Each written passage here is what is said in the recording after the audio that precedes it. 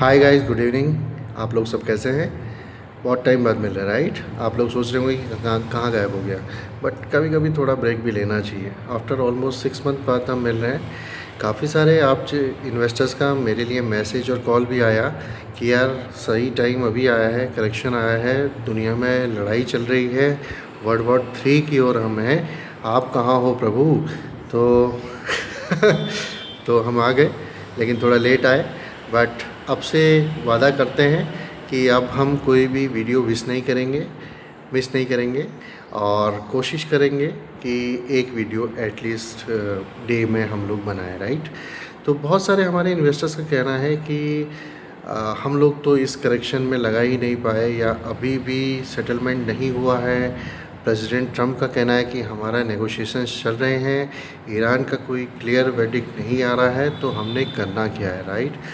तो सबसे पहले मैं अपने इन्वेस्टर्स को बताना चाहता हूँ कि मार्केट फर्स्ट टाइम पे जितनी भी नेगेटिविटी होती है उसको प्राइस इन कर लेती है, राइट? मैंने अपने बहुत सारे इन्वेस्टर जो हमारे साथ रेगुलर हमारे ब्रॉडकास्ट में जुड़े रहते हैं उनको मैंने बताया था कि 22,200-300 के लेवल पे ऑलमोस्ट नेगेटिविटी बॉटम आउट हो चुकी थी।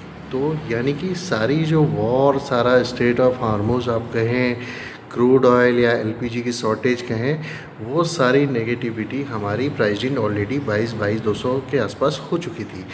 वहाँ से हमें एक लॉन्ग व्यू लगा के हमें ऑलमोस्ट बाइंग वहाँ पे करनी चाहिए थी। क्योंकि होता क्या है, अब लोगों का कहना है कि यार वहाँ से भी तो बॉटम बन सकता है। यू नेवर नो, कोई भी नहीं जानता कि बॉटम कहाँ पे बनेगा, बट एक ट्रेंड को पकड़ना होता है सर।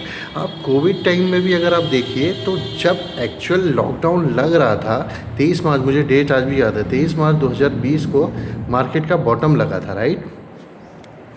और वो बॉटम लग के जब एक्चुअल लॉकडाउन हो रहा था, जब इंडस्ट्रीज़ बंद थी, जब लोग सड़कों पे इधर से उधर अपने होम टाउन के लोगों की जॉब छिन रही थी, खाने को नहीं था, तब मार्केट अपने रिवर्स ट्रेंड पे था, अपनी ऑल टाइम हाई लगा रहा था। तो होता क्या है, मार्केट को समझने के लिए सबसे पहले ये समझना पड़ेगा कि कितनी बड़ी न्यूज़ है और वो कहाँ तक उसके प्राइस को डैमेज कर सकती है। ऐसा तो नहीं कि रातों रात सारी इंडस्ट्रीज सारे जीरो हो जाएंगे। टीसीएस, इन्फोसिस या एचडीएफसी बैंक या रिलायंस टाइप की इंडस्ट्रीज़ किसी एक हल्के से दो कंट्रीज़ के वॉर के बीच में पूरी अपनी इंटरेस्टिंग वैल्यू ही जीरो हो जाए, ऐसा पॉसिबल नहीं है।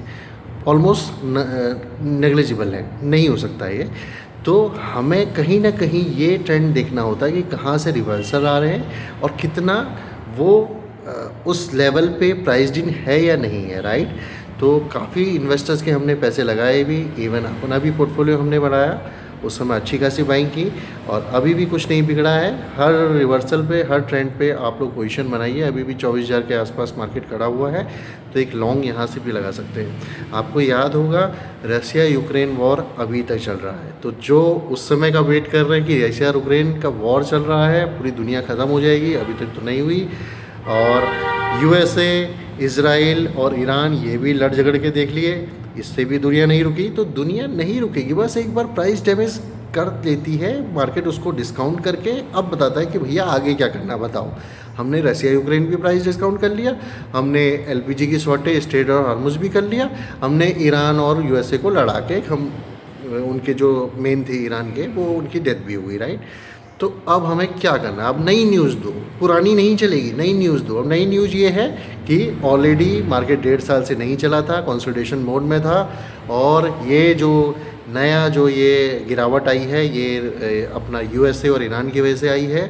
तो यहाँ से रिवर्सल बहुत ही तेज़ी से होगा और जो लोग वेट करते रहेंगे वो वेट ही करते रह जाएंगे।